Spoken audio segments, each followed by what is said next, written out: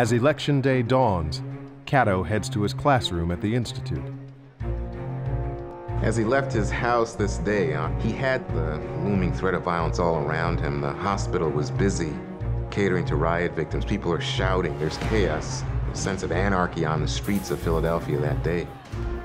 Behind the school, McMullen's henchman Reddy Deaver and Frank Kelly spot a black man, Isaac Chase, as he emerges from his door.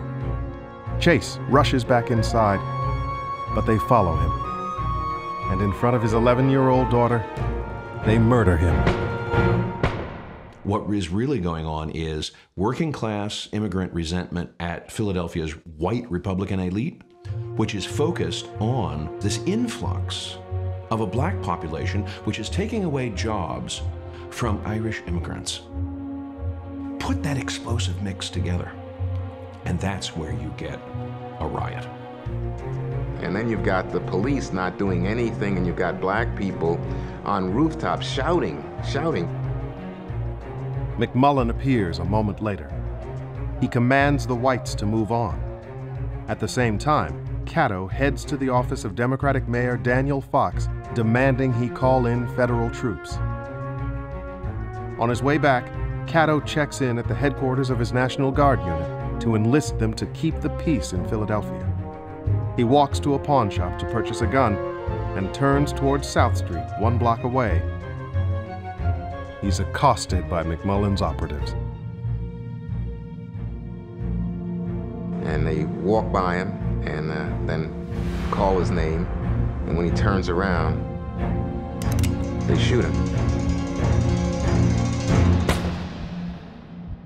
And Catto then struggles to move away from them. They follow him and shoot him again. And at that point, then a policeman comes along, and he's struggling for his life in the policeman's arms.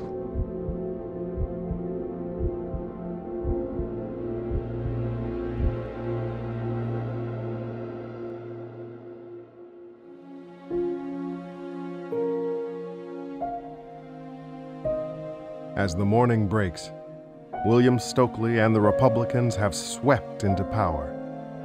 Octavius Catto's funeral shuts city offices. Thousands of citizens walk along 125 carriages to the cemetery. There, Caroline LeCount loses control. Collapsing aside the grave, she begs God and Octavius to take her too.